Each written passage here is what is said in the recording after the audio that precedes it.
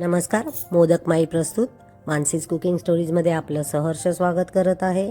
आज मंगळवार स्पेशल बघूया मी काय बनवते. तर तेलामध्ये जिरे आणि हिंग याची फोडणी करून घ्यायची आणि खरपूस अशी फोडणी झाल्यावर त्यावर आपण कांदा आणि मिरची घालून घ्यायची आहे.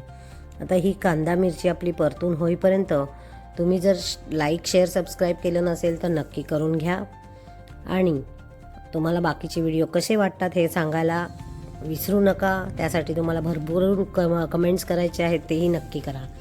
तर इथे मी आता कांदा आणि मिरची जिरे हिंगावर परतून घेत आहे. ते परतत असताना मध्येच मला लक्षात आलं की मी काल परवा एक नवीन पक्कड काढली. माझ्याकडे 2 पक्कड नेहमी असतात, एक व्हेजसाठी एक नॉनव्हेजसाठी.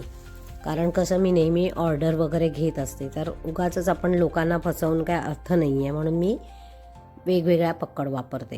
हे पहा. तर आता आपण इथे कांदा परतून झाला आहे, त्यात हळद आणि मीठ घालून घेऊया आणि पुन्हा एकदा व्यवस्थित परतून घेऊया. बरं, या भाजीसाठी म्हणजे मी आज बनवते बटाट्याच्या काचऱ्या. तुम्हाला याआधी मी लाल तिखट घालून बटाट्याच्या काचऱ्या दाखवल्या होत्या, ज्याच्यात धणे पावडर वापरली जाते आणि तिखट. पण आजची रेसिपी आहे ती आपण हळदीवर आणि मिरचीवर करतो आहे.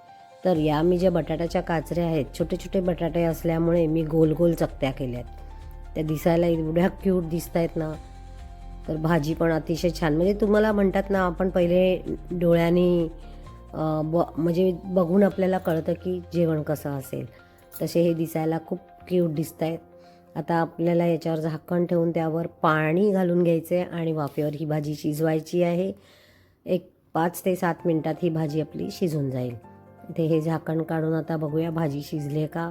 हे पहा, भाजी व्यवस्थित शिजली आहे.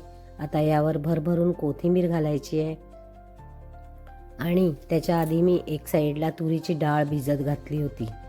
तर आता मी एका साईडला कुकरही लावून घेणार आहे, म्हणजे तुरीची डाळ माझी जी होती ती भिजलेली आहे चांगली. ही पहा. आता त्यामध्ये मी हिंग आणि हळद घालून कुकर बंद करून घेणार आहे आणि 1-3 शिट्यांमध्ये आपली डाळ खूप छान शिजेल. तसंच एक साईडला मी भातही करायला ठेवला आहे. शक्यतो मी भात बाहेर बनवते आणि भात बाहेर कसा बनवायचा हेही मी एकदा व्हिडिओ करून नक्की दाखवेन.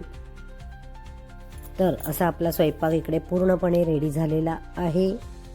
आता मी वरण भात वाढून तुम्हाला दाखवते की कसं दिसतंय. वरण तूप भात. चला तर मग उद्या भेटूया. एन्जॉय.